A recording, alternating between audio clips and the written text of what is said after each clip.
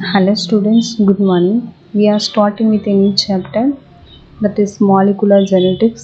This is the second unit, fifth chapter. In this video, I talk about introductions of molecular genetics and gene as the functional unit of inheritance. The molecular genetics chapter outline is gene as the functional unit of inheritance. Gene வந்து நம்ம இன்ஹெரிட்டன்ஸுடைய functional unit அப்படின்னு சொல்கிறோம். ஏன் அப்படின்னா நம்மளுடைய பேரண்ட்ஸுடைய particular ட்ரைட்ஸை ஒரு ஜெனரேஷன்லேருந்து அடுத்த ஜெனரேஷனுக்கு டிரான்ஸ்மிட் பண்ணக்கூடிய எபிலிட்டி ஜீனுக்கு தான் இருக்குது. ஸோ அதனால நம்ம ஜீனை வந்து என்ன சொல்கிறோம் அப்படின்னா மரபு கடத்தலனுடைய செயல் அழகாக நம்ம ஜீனை வந்து சொல்கிறோம். Next in search of genetic material. So இந்த சாப்டரில் நம்ம சர்ச் பண்ண போகிறோம். எது வந்து ஜெனட்டிக் மெட்டீரியல் மீன் நம்மளுடைய பேரண்ட்ஸுடைய பர்டிகுலர் கேரக்டர், அதை நம்ம ட்ரைட்ஸ்ன்னு சொல்லுவோம், பண்பு. ஸோ இது வந்து ஒரு ஜெனரேஷன்லேருந்து அடுத்த ஜெனரேஷனுக்கு எது டிரான்ஸ்மிட் பண்ணுதோ அதான் வந்து ஜெனட்டிக் மெட்டீரியல். ஸோ நம்ம proteins, RNA and DNA, so இதில் எது வந்து ஜெனட்டிக் மெட்டீரியல் அப்படின்னு சர்ச் பண்ண போகிறோம். DNA is the genetic material. ஃபைனலாக டிஎன்ஏ தான் ஜெனட்டிக் மெட்டீரியல் அப்படின்னு பார்க்க போகிறோம். இதுக்கான ரீசன்ஸ்லாம் நம்ம பார்க்கலாம். Next chemistry of nucleic acid. Nucleic ஆசிடுடைய வேதியியல், அதில் இருக்கக்கூடிய கெமிக்கல் காம்போனண்ட், ஸோ அதை பற்றி பார்க்க போகிறோம். அதுக்கடுத்தது ஆர்என்ஏ வேர்ல்டு.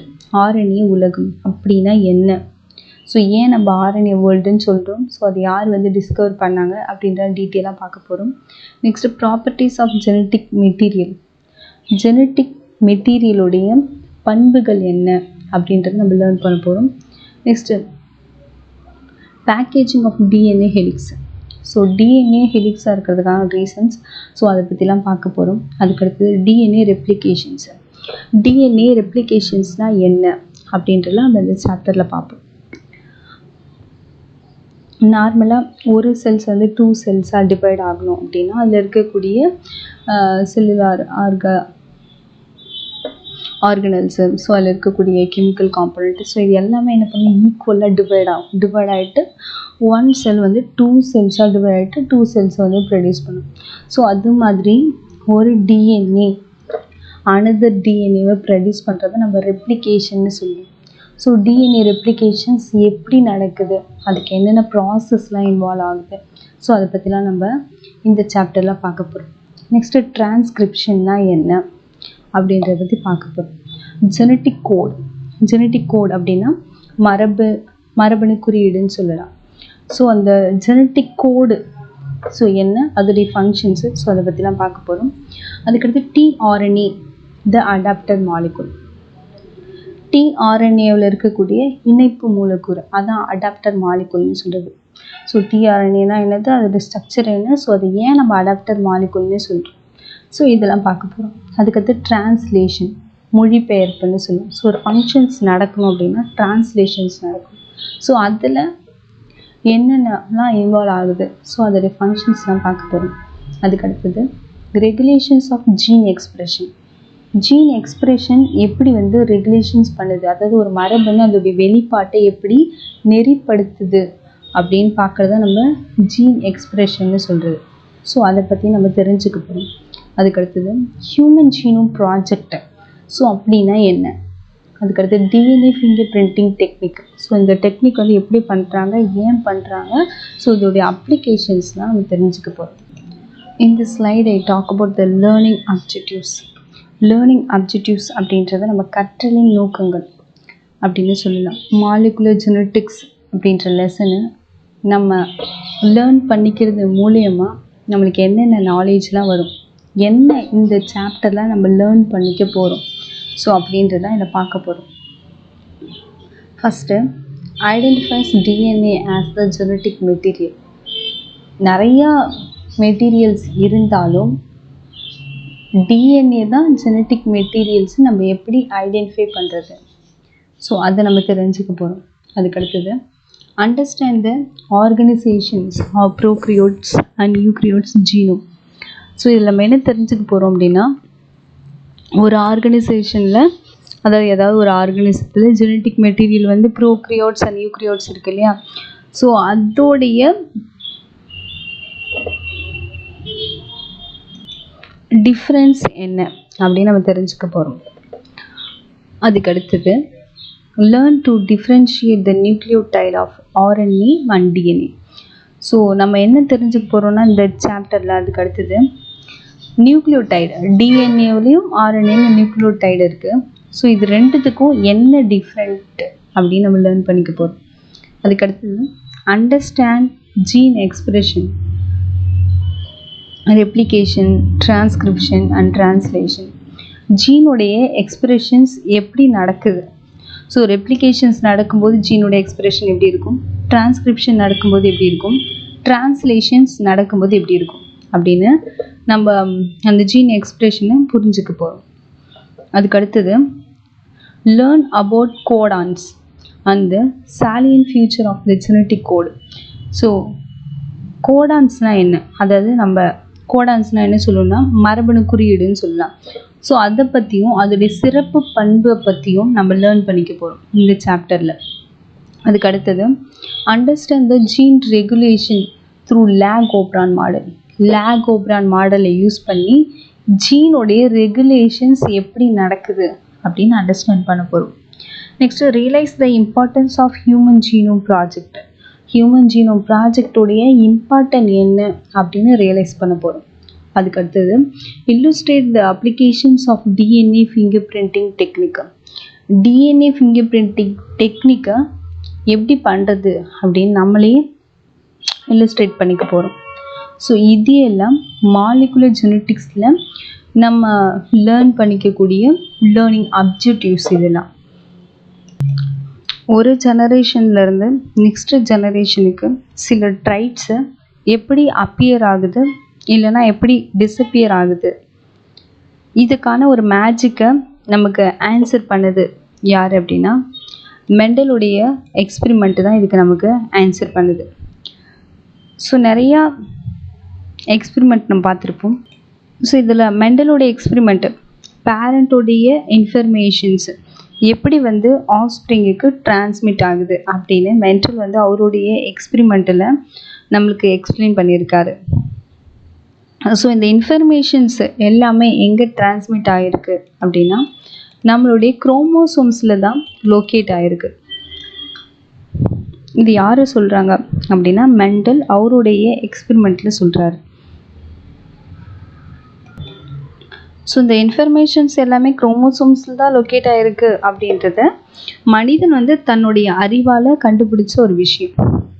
டிஎன்ஏ தான் ஜெனட்டிக் இன்ஃபர்மேஷன்ஸ் அப்படின்னு கண்டுபிடிச்சதும் நிறைய கொஷின்ஸுக்கு இன்னும் நம்மளால் ஆன்சர் கண்டுபிடிக்காமலே தான் இருக்குது. டிஎன்ஏவில் இருக்கக்கூடிய இன்ஃபர்மேஷன்ஸ் எப்படி வந்து யூஸ் ஆகுது அப்படின்றது எல்லாருக்கும் ஒரு கொஷின் மார்க்காக இருக்குது. டிஎன்ஏவுடைய வழிகாட்டுதலை வச்சு தான் ப்ரோட்டீன்ஸ் கன்ஸ்ட்ரக்ஷன் பண்ணுது அப்படின்னு சொல்லிட்டு சயின்டிஸ்ட் நிறைய பேர் வந்து கண்டுபிடிச்சிருக்காங்க. ஸோ செல்லுடைய shape, chemical reaction, metabolism, photosynthesis, இது எல்லாத்தையுமே முடிவு பண்ணுறது எது அப்படின்னா ப்ரோட்டீன்ஸ் தான். ஒரு ஆர்கனிசத்தோட ஜீனோம் வந்து complete set of heredity informations வந்து இருக்குது அப்படின்னு சொல்கிறாங்க. நெக்ஸ்ட் இன்ஃபர்மேஷன்ஸ் என்ன அப்படின்னா ஜீனோமில் டிஃப்ரெண்ட் நியூக்ளிக் ஆசிட் வந்து ப்ரெசென்ட் ஆகிருக்கும். ஸோ நம்மளுடைய ஜீனோம் இருக்குது அப்படின்னா அதில் நிறைய டிஃப்ரெண்ட்டான நியூக்ளிக் ஆசிட் மாலிகுல்ஸ்லாம் வந்து ப்ரெசென்ட் ஆகிருக்கும். ஸோ அந்த நியூக்ளிக் ஆசிடில் நிறைய நம்பர் ஆஃப் ஜீன் வந்து ப்ரெசென்ட் ஆகிருக்கும் அப்படின்னு சொல்கிறாங்க. நியூக்ளிக் ஆசிடில் ஒரு குறிப்பிட்ட ப்ரோட்டீனுக்கான வரிசை அமைப்பு மட்டும்தான் அதில் ப்ரெசென்ட் ஆகிருக்கும். ஸோ இதெல்லாம் நமக்கு கிடச்சிருக்கக்கூடிய informations.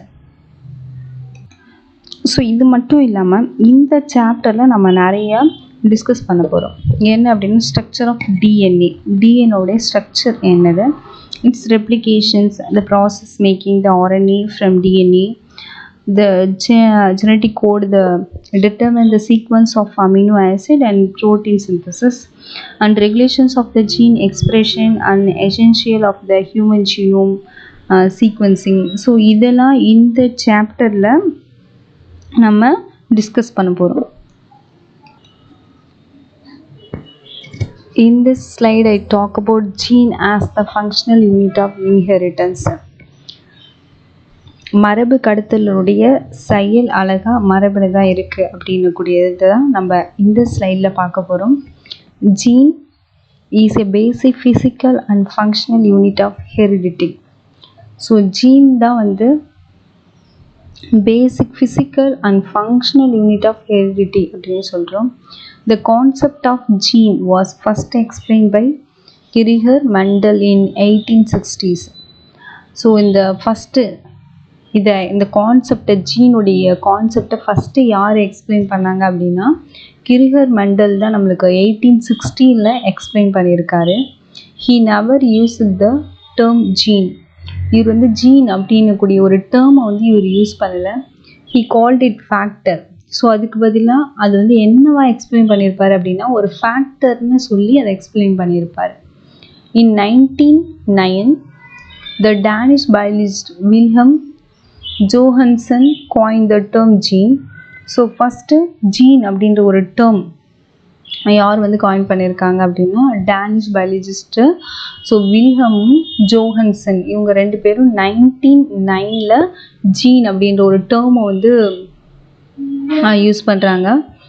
That was refer to discrete determinants of inherited characteristics. So ஒரு பாரம்பரியமாக ஒரு கடத்தப்படக்கூடிய பண்புகளை ஜீன் தான் வந்து நிர்ணயிக்குது அப்படின்னு சொன்னவங்களும் இவங்க தான். According to the classical concept of gene introduction by Sutton in 1902, gene have been defined as discrete particles that follow the Mendelian rules of inheritance, occupy a definite locus in a chromosomes and are responsible for the expressions of specific phenotype character. So 1902 சட்டன் அப்படின்ற ஒரு அறிமுகப்படுத்தியிருக்கக்கூடிய அவர் எக்ஸ்பெரிமெண்ட்டில் என்ன சொல்கிறாரு அப்படின்னா ஒரு குரோமோசோம்ஸில் நிலையான ஒரு இடத்த வந்து எது பிடிச்சிருக்கு அப்படின்னா மெண்டல் எக்ஸ்பிளைன் பண்ணியிருக்காரு இல்லையா. ஸோ அவருடைய எக்ஸ்பெரிமெண்ட்டு தான். அவருடைய எக்ஸ்பெரிமெண்ட் வந்து இன்ஹெரிட்டன்ஸுடைய ரூல்ஸு, அதாவது ஒரு ட்ரைட்ஸை ஒரு ஜெனரேஷன்லேருந்து அடுத்த ஜெனரேஷனுக்கு கொண்டு வர்றது ஜீன். அதே மாதிரி ஃபீனோடைப் கேரக்டரை ஒரு ஆர்கானிசத்தில் எக்ஸ்பிரஷன் பண்ணக்கூடியதும் ஜீன். ஸோ இதை பற்றி எக்ஸ்பிளைன் பண்ணியிருக்காங்க. ஸோ இந்த கான்செப்டை தான் 1902 சட்டன் அப்படின்றவர் ஜீனை பற்றி சொல்கிறார். They show the following properties. The number of gene in each organism is more than number of chromosomes. Hence, several genes are located on the same chromosomes. ஒரு குரோமோசோம்ஸில் நிறைய ஜீன்ஸ் வந்து ப்ரெசண்ட் ஆகிருக்கும். ஸோ ஒவ்வொரு ஆர்கானிசத்துலேயும் இருக்கிற குரோமோசோம்ஸ் எண்ணிக்கையை விட எதோட எண்ணிக்கை ரொம்ப அதிகமாக இருக்கும் அப்படின்னா ஜீனுடைய எண்ணிக்கை தான் அதிகமாக இருக்கும். ஸோ அது மட்டும் இல்லாமல் ஒரு குரோமோசோம்ஸில் பார்க்கும்பொழுது நிறைய ஜீன்ஸ் வந்து ப்ரெசண்ட் ஆகிருக்கும். ஸோ அதுக்கான இமேஜ் உங்களுக்கு நான் இதில் டிஸ்பிளே பண்ணியிருக்கேன். ஸோ இது வந்து குரோமோசோம்ஸ். இந்த குரோமோசோம்ஸில் பார்க்கும்பொழுது நிறைய ஜீன்ஸ் வந்து ப்ரெசண்ட் ஆகிருக்கு. இதில் ரெட் கலர் இருக்குது இல்லையா, ஸோ இதுதான் ஜீன்ஸு. ஸோ ப்ளூ கலரில் இருக்கலாம் நான் கோடிங் டிஎன்ஏ. ஸோ இதை நம்ம ஜீனுன்னு சொல்ல மாட்டோம், ஓகேங்களா. அப்போ ஒரு குரோமோசோம்ஸில் நிறைய ஜீன்ஸ் வந்து ப்ரெசண்ட் ஆகிருக்கும். குரோமோசோம்ஸ் எண்ணிக்கையை விட எதோட எண்ணிக்கை வந்து அதிகமாக இருக்கும் அப்படின்னா எல்லா ஆர்கானிசத்துலையுமே ஜீனோடைய நம்பர்ஸ் இருக்கு இல்லையா, ஸோ இதான் வந்து அதிகமாக இருக்கும். The genes are arranged in a single linear order like beads on a string. So நம்மளுடைய ஜீன்ஸ்லாம் எப்படி அரேஞ்ச் ஆகிருக்கும் அப்படின்னா சிங்கிள் லைனில் வந்து அரேஞ்ச் ஆகிருக்கும். அதாவது ஒரு மாலையில் பீட்ஸ் மணி கோத்தா எப்படி இருக்குமோ ஸோ அதே மாதிரி நம்மளுடைய ஜீன்ஸ்லாம் அரேஞ்ச் ஆகிருக்கு. ஸோ ஃபார் எக்ஸாம்பிள் உங்களுக்கு கொடுத்துருக்கேன் பாருங்கள், இது வந்து ஒரு ஸ்ட்ரிங், இது வந்து ஒரு மாலை. ஸோ இந்த மாலையில் ஒரு ஒரு பீட்ஸ் நம்ம என்ன பண்ணியிருக்கோம், ஜாயின் பண்ணியிருக்கோம் இல்லையா, கோத்துருக்கோம். ஸோ இதே மாதிரி தான் நம்மளுடைய ஜீன்ஸ்லாம் அரேஞ்ச் ஆகிருக்கும் அப்படின்னு சொல்கிறாங்க. இதுக்கு முன்னாடி நம்ம ஜீன்ஸ் குரோமோசோம்ஸில் எப்படி அரேஞ்ச் ஆகிருக்குன்னு பார்த்தோம் இல்லையா. ஸோ இது ஒரு பீட்ஸு, இது ஒரு பீட்ஸ், அது மாதிரி ஒரு ஒரு பீட்ஸ் மாதிரி என்ன பண்ணியிருக்கான், அரேஞ்ச் ஆகிருக்கு அப்படின்னு சொல்கிறாங்க. Each gene occupies a specific position called locus. ஒவ்வொரு ஜீனும் குரோமோசோம்ஸில் ஒரு பொசிஷனில் வந்து அரேஞ்ச் ஆகிருக்கும், அதான் நம்ம லோக்கஸ்ன்னு சொல்லுவோம். ஃபார் எக்ஸாம்பிள் இப்போ வந்து இது ஒரு குரோமோசோம்ஸ், இந்த குரோமோசோம்ஸில் ஸோ இது எந்த பொசிஷனில் எந்த பிளேஸில் போயிட்டு உட்காந்துருக்கோ அதுதான் அதோடைய லோக்கஸ்ன்னு சொல்லுவோம். லோக்கஸ் மீன் அதோடைய இடம். ஸோ அது எந்த பொசிஷனில் அது போயிட்டு ப்ரெசென்ட் ஆகிருக்கும் அதுதான் அதோடைய லோக்கஸ்ன்னு சொல்லுவோம். இதை நம்ம ஜீன் லோக்கஸ்ன்னு சொல்லலாம், ஜீனுடைய இடம்னு சொல்லலாம்.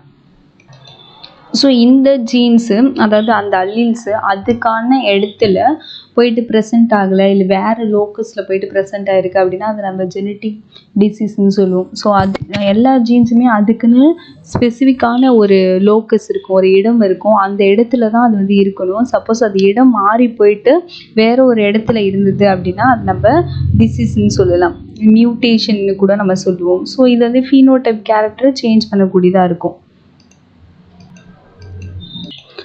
Genes may exist in several alternate form called alleles. ஜீன்ஸில் நிறைய ஆல்டர்னேட் ஃபார்ம்ஸில் வந்து அல்லீல்ஸ் வந்து ப்ரெசென்ட் ஆகிருக்கும். ஃபார் எக்ஸாம்பிள் நம்மளுடைய பிளட் குரூப்பு கூட நம்ம சொல்லலாம். ஸோ நம்ம பிளட் குரூப்பில் ஃபீனோடைப்பு, ஜீனோடைப் இதெல்லாம் நம்ம 4th லெசனில் நம்ம பார்த்துருப்போம் இல்லையா. ஸோ நம்மளுடைய ஜீனோடைப் தான் நம்மளுடைய ஃபீனோடைப் வந்து ஃபிக்ஸ் பண்ணுது. ஜீனோடைப் மீன் நம்மளுடைய அல்லீல்ஸ் தான் நம்ம எந்த பிளட் குரூப் அப்படின்னு டிட்டர்மைன் பண்ணக்கூடியது. ஓகேவா. ஸோ இப்போ ஃபார் எக்ஸாம்பிள் பார்க்கலாம், நம்மளுடைய பிளட் குரூப்புக்கான ஜீனோடைப் தான் இங்கே நான் கொடுத்துருக்கேன், அல்லீல்ஸ் தான் கொடுத்துருக்கேன். இப்போ பிளட் குரூப்புக்குன்னு நம்ம பார்க்கும்போது செவரல் ஆல்டர்னேட் ஃபார்மில் இருக்கக்கூடிய அல்லீல்ஸ் தான் நம்மளுடைய பிளட் குரூப் வந்து டிட்டர்மைன் பண்ணுது. ஸோ இதில் நம்ம ஏ பிளட் குரூப் பார்த்துருக்கோம், B, AB and O blood group, இது மாதிரி 4 டைப்ஸ் ஆஃப் பிளட் குரூப் வந்து இருக்குது. ஸோ பிளட் குரூப்பை நம்ம ஃபீனோடைப்னு சொல்லுவோம். இந்த ஓ, ஏ, பி அண்ட் ஏபி இதெல்லாம் ஃபீனோடைப்பு. ஜீனோடைப் அப்படின்னா அதோடைய அல்லீல்ஸ் இருக்கு இல்லையா, ஸோ இதுதான் நம்ம ஜீனோடைப்னு சொல்லுவோம். ஸோ இப்போ நான் ஃபஸ்ட் நம்ம ஏ பிளட் குரூப் பார்க்கலாம். ஏ பிளட் குரூப்பில் ஐஏ இங்கே நான் இந்த ஐன்றது வந்து அல்லீல்ஸ், ஐசோ அக்ளூட்டினேஷன் சொல்லிட்டு 4th லெசனில் நம்ம பார்த்துருப்போம்.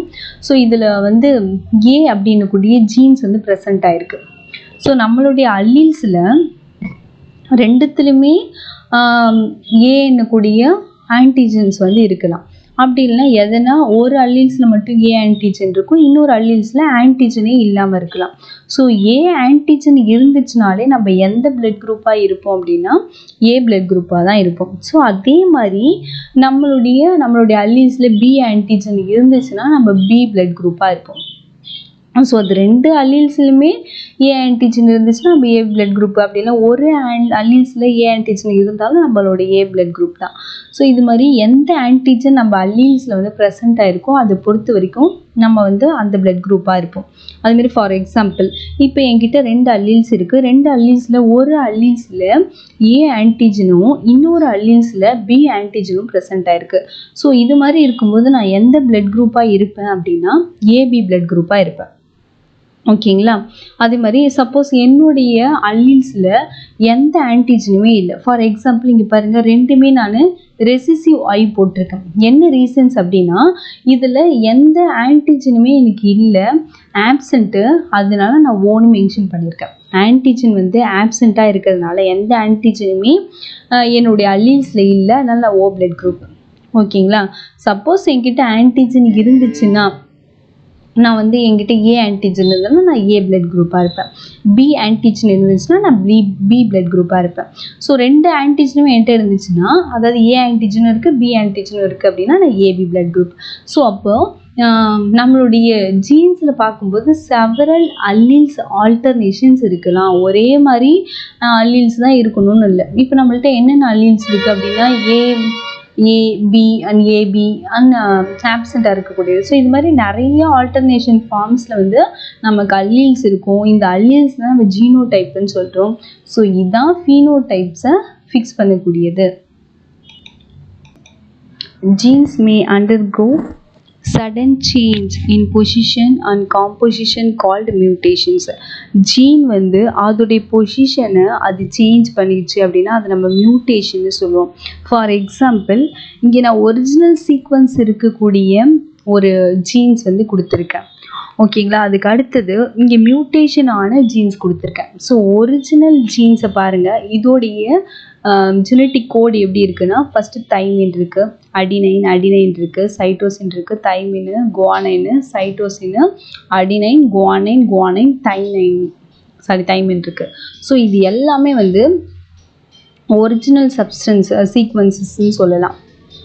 ஸோ இப்போ மியூட்டேஷனான ஜீன் சீக்வன்ஸ் வந்து கீழே கொடுத்துருக்கேன். இது ரெண்டுத்தையும் கம்பேர் பண்ணி பாருங்கள். இதில் வந்து எது மியூட்டேஷன்ஸ் ஆகிருக்கு அப்படின்னா ஒரு ஆரோ மார்க் கொடுத்துருக்கேன் பாருங்கள். ஸோ இங்கே வந்து தைமின் இருக்கணும் இல்லையா? தைமின் இருக்கக்கூடிய பிளேஸில் எக்ஸ்ட்ரா எது வந்து ஆட் ஆகிருக்கு அப்படின்னா சைட்டோசின்ன்றது எக்ஸ்ட்ரா வந்து ஆட் ஆகிருக்கு.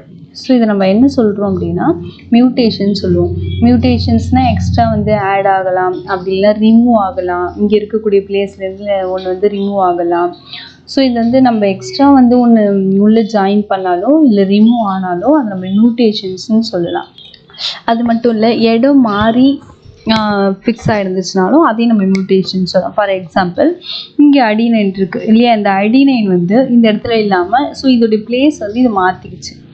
ஸோ இது மாதிரி வேறு இடத்துல மாற்றி அது லோக்கஸில் அது போயிட்டு ஃபிக்ஸ் ஆகாமல் வேறு ஒரு இடத்துல போயிட்டு ஃபிக்ஸ் ஆகிருந்துச்சுன்னா அது நம்ம என்ன சொல்லுவோம்? மியூட்டேஷன்ஸ்னு தான் சொல்லுவோம்.